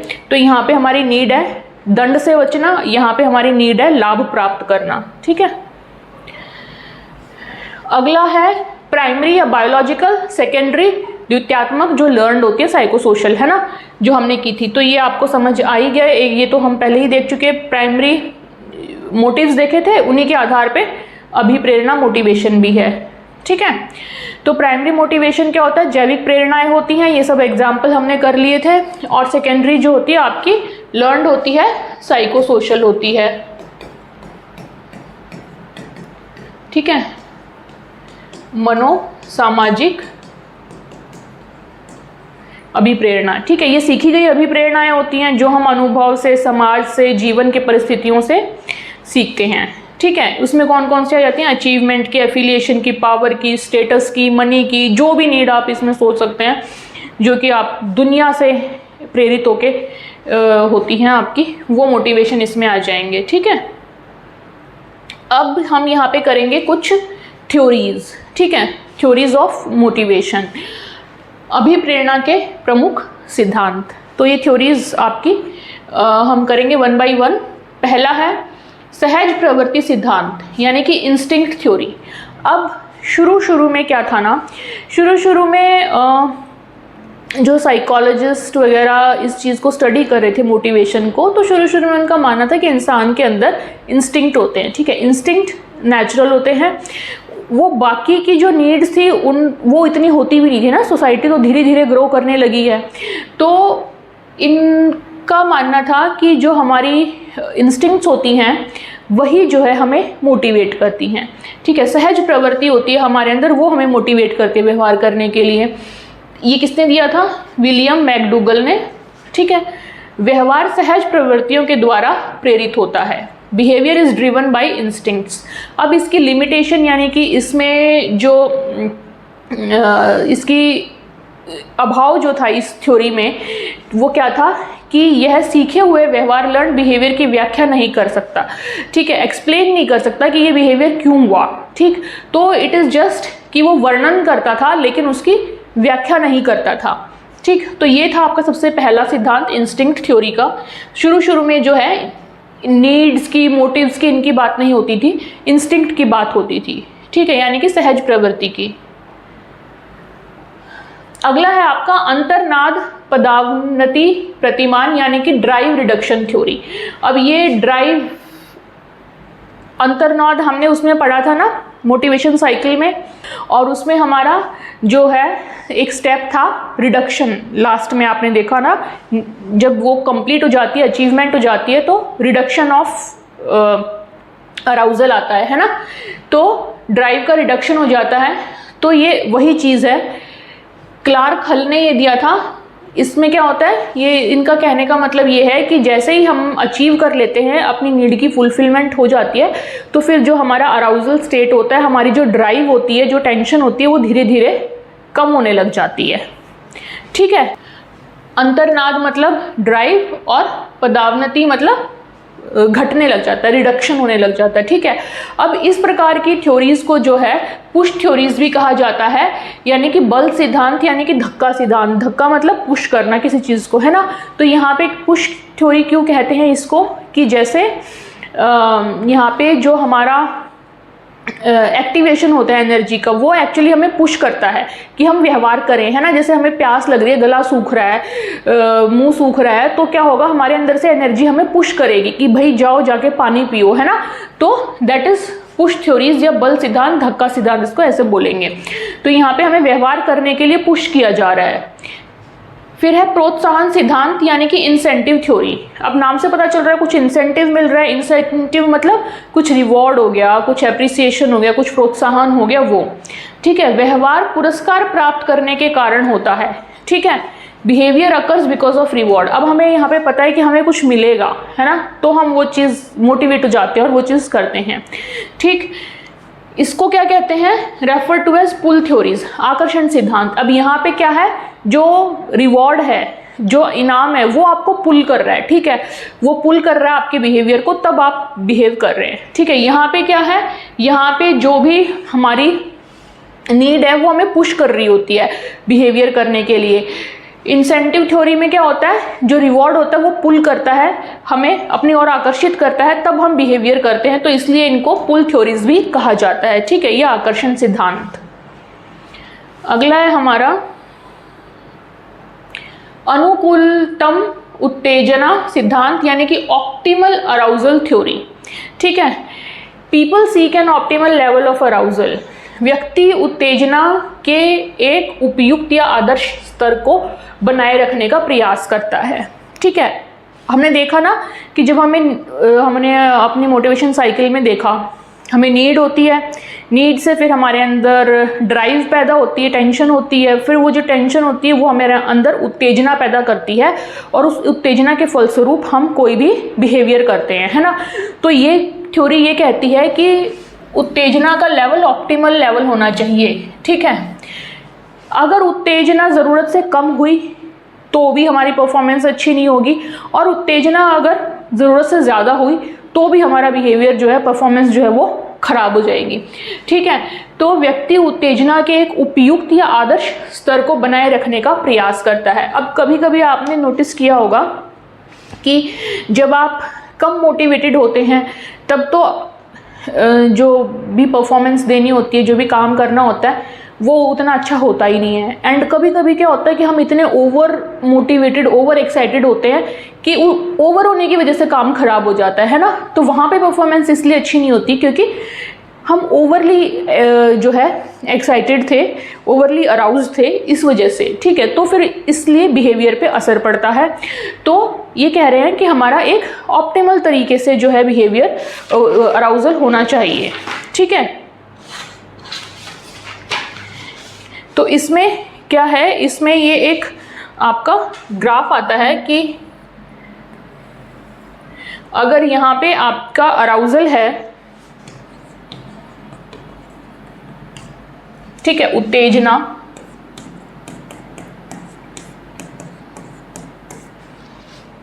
और यहाँ पे आपकी परफॉर्मेंस है, ठीक है, या बिहेवियर कह लो, तो ये किस टाइप से आएगा, ये कुछ ऐसा ग्राफ आएगा, ठीक है। यानी कि अगर अराउजल, यहाँ पे अराउजल आपका लीस्ट होगा, ठीक है, यहाँ पे अराउजल मैक्सिमम होगा, यहाँ पे लीस्ट है, यहाँ पे मैक्सिमम है ना अराउजल। ऐसे अगर यहाँ पे हम देखें इसको 0 1 2 3 4, ठीक है, सपोज 6 इज द हाईएस्ट, ठीक है। तो और परफॉर्मेंस अगर यहाँ से देखें हम 1 2 3 4, suppose 4 is the highest performance. तो हाईएस्ट परफॉर्मेंस हमारी कहाँ अचीव हो रही है, ये इस लेवल पे। तो यहाँ पे हमारा अराउजल कितना है, ये बिल्कुल मिड में आ रहा है, ठीक है, ऑप्टिमल लेवल का अराउजल आ रहा है, तो हमारी हाईएस्ट परफॉर्मेंस हो रही है। जब हमारा अराउजल एकदम लो है, उत्तेजना बिल्कुल कम है, तो परफॉर्मेंस भी एकदम बेकार है, ठीक है। ऐसे ही उत्तेजना जब बिल्कुल हाईएस्ट है, यहाँ पे 6 है उत्तेजना, तब भी परफॉर्मेंस जो है गिर गई है। तो इसका मतलब हमारी परफॉर्मेंस अच्छी आने के लिए हमारा ऑप्टिमल लेवल का मोटिवेशन ज़रूरी है, ठीक है। नेक्स्ट है हमारा मैस्लो का आवश्यकता पदानुक्रम सिद्धांत, यानी कि Abraham Maslow's hierarchy of needs, ठीक है, बहुत इंपॉर्टेंट है, तो ये ध्यान से समझना, ये आपका पर्सनैलिटी वाले में भी आएगा टॉपिक। तो अब्राहम मैस्लो जो थे, उन्होंने बोला कि हमारी जो नीड्स हैं, हमारी जो आवश्यकताएं हैं, मोटिव्स हैं, वो एक हायरार्की की फॉर्म में होती हैं, लेवल्स की फॉर्म में होती हैं, कि पहले एक लेवल, फिर दूसरा, फिर तीसरा, ऐसे इन्होंने करके 5 लेवल दिए, ठीक है। तो वो लेवल्स देखते हैं एक बार।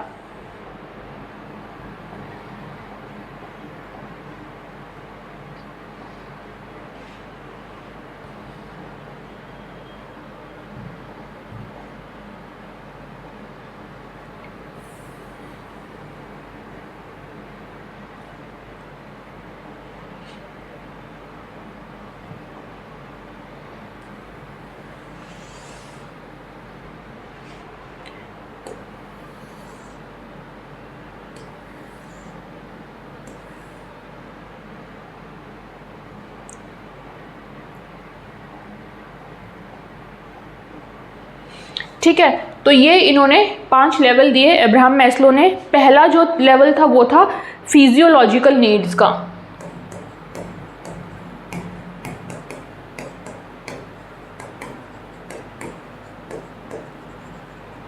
फिजियोलॉजिकल नीड्स मतलब जैसे हमारी जो हवा पानी की जो सर्वाइवल की नीड्स होती हैं, ठीक है, वो नीड्स आ गई। जैसे इसमें आ गई आपकी वाटर, फूड, एयर, ये वाली नीड्स आ गई जो कि हमारे सर्वाइवल के लिए, जीने रहने के लिए इम्पॉर्टेंट है। उसके बाद आती है हमारी सेफ्टी नीड्स, सुरक्षा की। सेफ्टी नीड्स कौन सी होती हैं? जैसे अब भाई हम खाना पीना तो हमने इंश्योर कर लिया कि हाँ हम भूख लग रही है हमें खाना मिल जाएगा, अब हमें सुरक्षा भी तो चाहिए, है ना।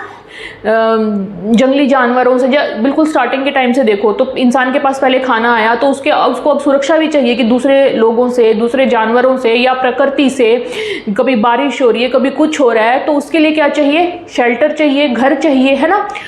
ठीक, तो यहाँ पे जैसे आ गया आपका शेल्टर। उसके बाद है आपकी लव एंड बिलोंगिंगनेस की नीड्स।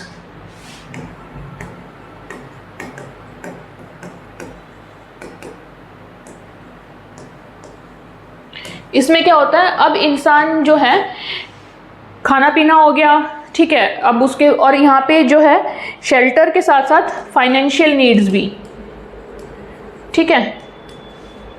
तो फाइनेंशियल नीड्स में भाई अब उसको फाइनेंस होगा तो हम सेफ भी है ना। तो फाइनेंशियल नीड्स भी हमारी सेफ्टी की नीड्स होती हैं। अब उसके भाई खाने पीने को है, सेफ्टी है, शेल्टर है, फाइनेंशियल नीड्स पूरी है उसकी, तो अब उसे किस चीज़ की नीड है? उसको है लव एंड बिलोंगिंगनेस की, ठीक है, कि जिसमें कि वो जैसे हमने एफिलिएशन वाली नीड पढ़ी थी ना, उस टाइप से कि अब मैं किसी से बिलोंग करता हूँ, ठीक है, जैसे फैमिली हो गए, फ्रेंड्स हो गए या पार्टनर हो गया, कोई भी इस टाइप से आप रिलेशन लगा सकते हो। तो इसमें क्या हो गया? बिलोंगिंगनेस की, कि मैं I belong to something, I belong to somebody, I belong to some people. तो ये नीड जो है इसमें आ गई आपकी लव एंड बिलोंगिंगनेस की। उसके बाद आती है एस्टीम नीड्स, ठीक है। अब ये नीड्स भी जब पूरी हो जाती है इंसान की 3, तो उसके बाद उसको आती है एस्टीम नीड। ये सेल्फ रिस्पेक्ट से रिलेटेड नीड, सेल्फ वैल्यू से रिलेटेड नीड है, ठीक है, अपनी सेल्फ इमेज से रिलेटेड है, कि यहाँ पे इंसान दूसरों की रिस्पेक्ट तो करता ही करता है, साथ में उसको लगता है, वो चाहता है कि लोग भी उसकी रिस्पेक्ट करें, ठीक है। तो यहाँ पे सेल्फ रिस्पेक्ट, सेल्फ एस्टीम, ये चीज़ें इंसान की नीड होती है, ठीक है। उसके बाद आती है लास्ट सेल्फ एक्चुअलाइजेशन की। सेल्फ एक्चुअलाइजेशन, ठीक है, यानी कि यहाँ पे इंसान जो है अपना फुल पोटेंशियल अर्जित करने की कोशिश करता है अपने जीवन काल में, ठीक है। तो बहुत कम लोग होते हैं जो यहाँ तक पहुँच पाते हैं। तो यहाँ पे क्या होता है कि इंसान की टेंडेंसी होती है, अब उसे देखो खाने पीने की नीड उसकी पूरी हो गई, घर हो गया, पैसा हो गया, है ना, फैमिली हो गई, फ्रेंड्स हो गए, उस समाज में लोग इज्जत कर रहे हैं, वो भी सबकी रिस्पेक्ट कर रहे हैं, एक रिस्पेक्टफुल इंसान बन चुका। तो अब क्या रह गया लाइफ में? अब उसकी है सेल्फ एक्चुअलाइजेशन की, खुद को जाने, हु एम आई, ठीक है, और उस चीज़ को जो है पूरी तरीके से उसको पोटेंशियल को फुलफिल करने की कोशिश करे कि वो अपने जीवन काल में कैसे अपना पोटेंशियल जो है पूरा का पूरा फुलफिल कर सकता है। हम एज अ इंसान जो है हमारे अंदर बहुत ज़्यादा पोटेंशियल होता है ना।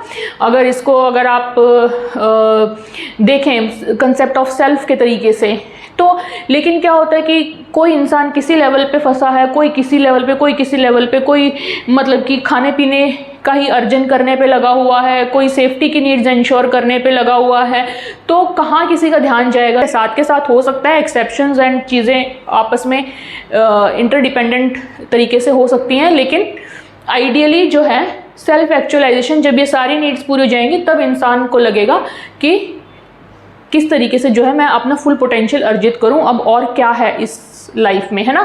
तो देन यहाँ पे क्या होता है, रियलाइजेशन ऑफ फुल पोटेंशियल की तरफ इंसान बढ़ता है।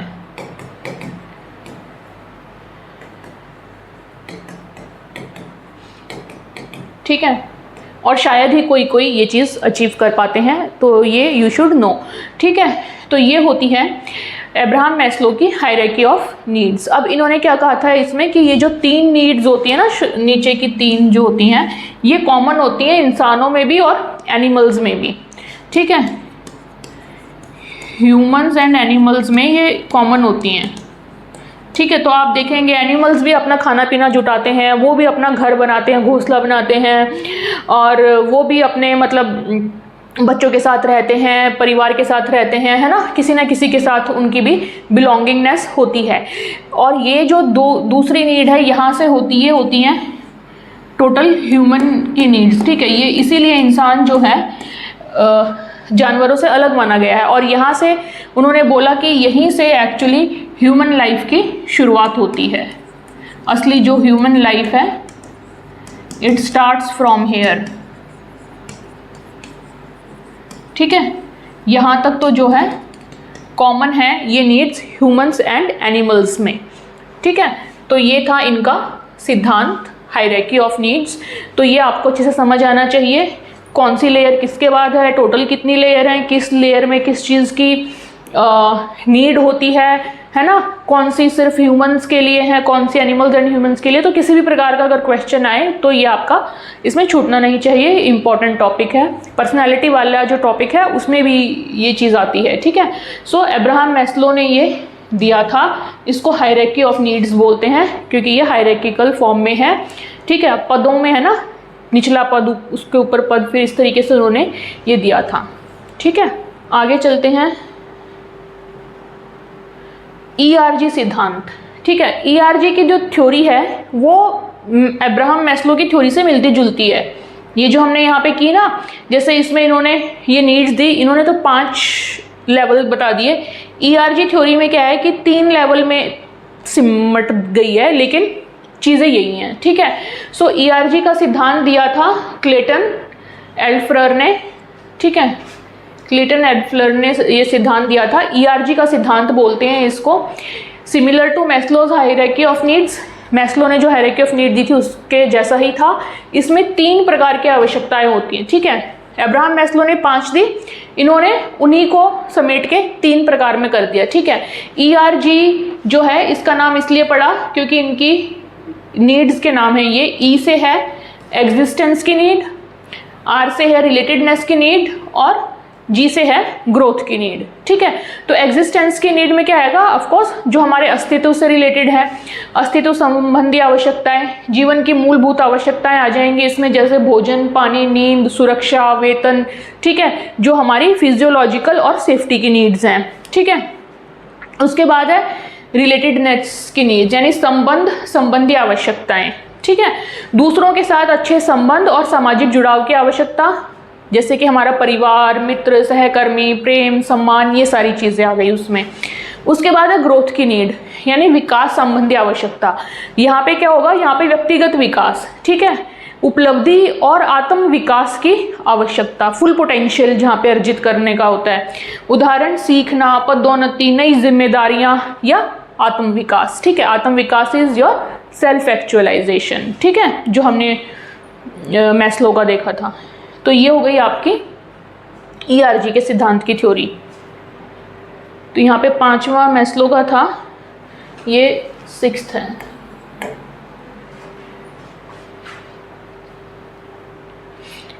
अच्छा, यहाँ पे नंबर गलत हो गया, इसको 7 कर लो, ठीक है। अगली थ्योरी है आपकी मैक्लीलैंड की एक्वायर्ड नीड्स थ्योरी, ठीक है। मैक्लीलैंड का उपार्जित आवश्यकता सिद्धांत, ठीक है। यह 3 सीखी हुई आवश्यकताओं पर आधारित है।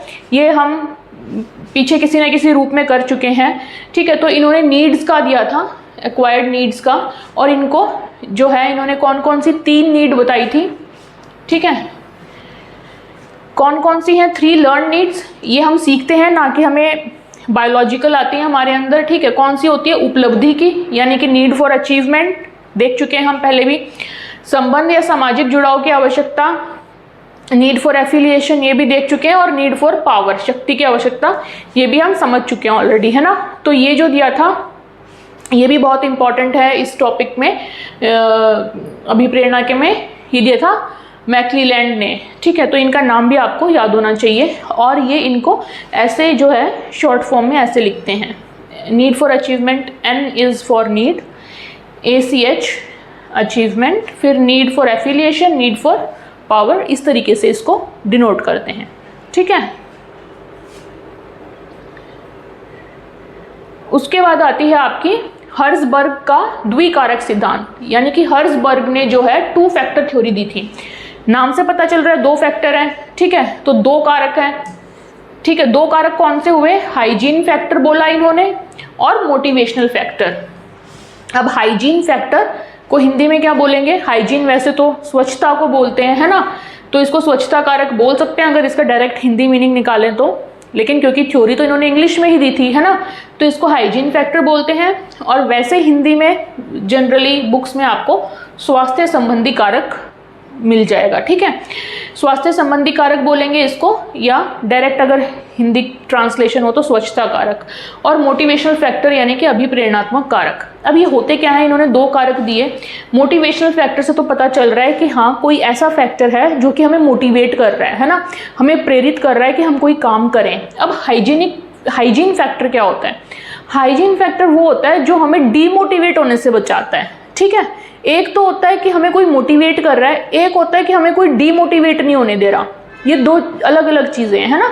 डीमोटिवेट नहीं होने दे रहा है यानी कि वो उतना लेवल बना के रख रहा है कि बस भाई आप कोई काम करते रहो। मोटिवेट हो रहा है यानी कि मोटिवेट कर रहा है यानी कि वो आपके बिहेवियर को और बढ़ा रहा है ना। मोटिवेट कर रहा है तो आप उस लेवल से अपना आगे जाके बिहेवियर परफॉर्म करोगे, ठीक। तो इसके एग्जाम्पल क्या हुए? हाइजीन फैक्टर का एग्जाम्पल क्या होगा कि जैसे अगर रेगुलर सैलरी मिल रही है आपको टाइम से, तो वो आपका हाइजीन फैक्टर है कि ठीक है आप डीमोटिवेट नहीं हो रहे, आपको डीमोटिवेशन से बचा रहा है ना। अगर सैलरी टाइम से ना मिले या 1-2 महीने मिले ही ना, तो क्या होगा? इंसान डीमोटिवेट हो जाएगा, है ना। तो ये हाइजीन फैक्टर यानी कि जो टाइम से सैलरी मिल रही है,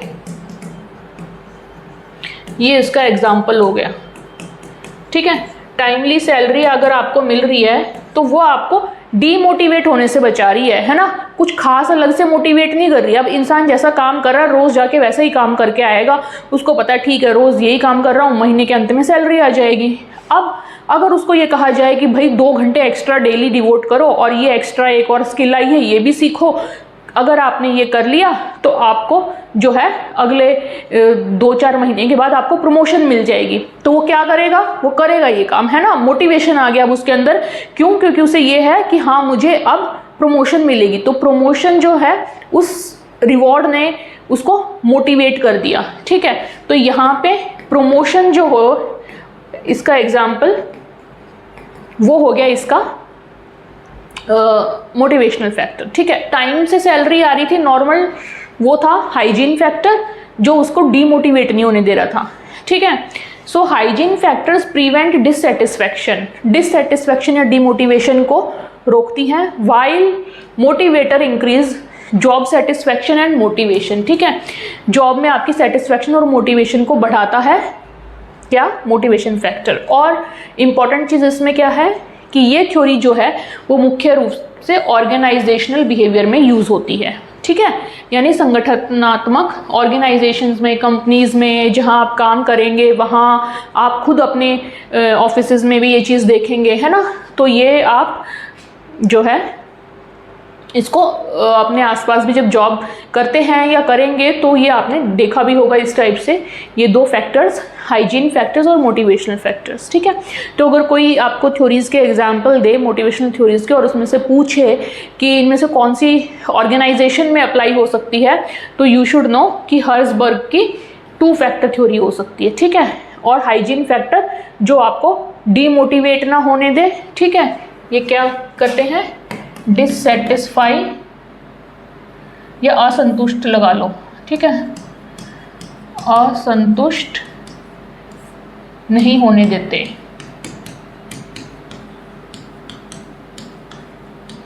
ठीक है। ये वो कारक हैं जो आपको असंतुष्ट नहीं होने देते, ठीक।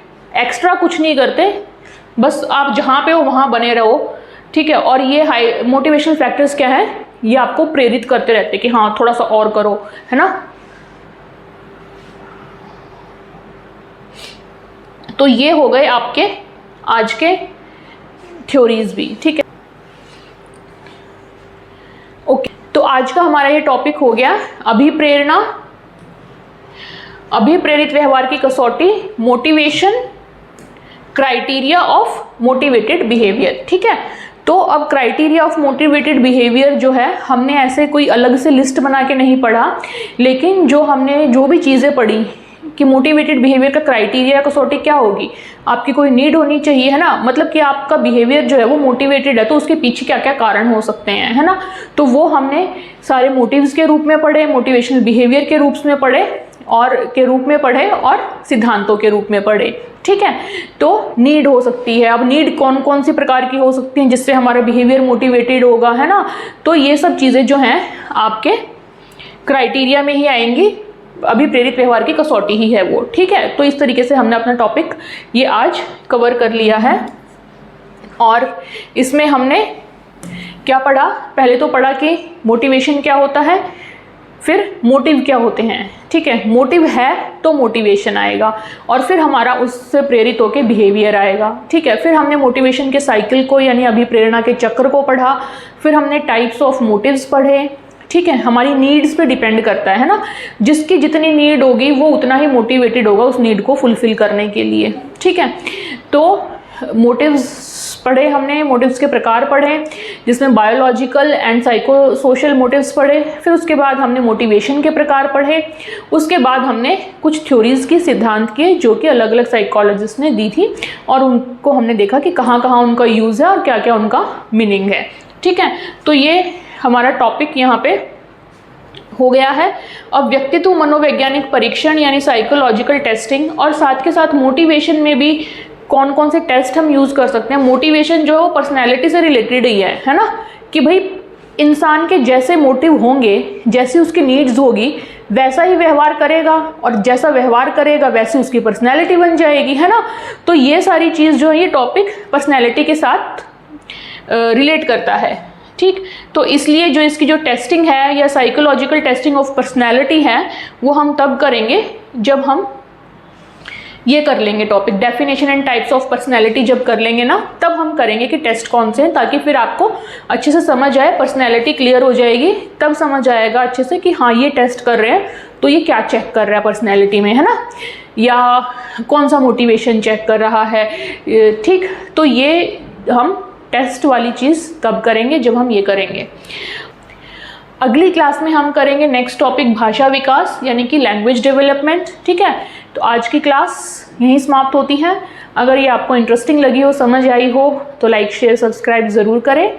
मिलते हैं अगली क्लास में, तब तक के लिए टेक केयर, बाय बाय।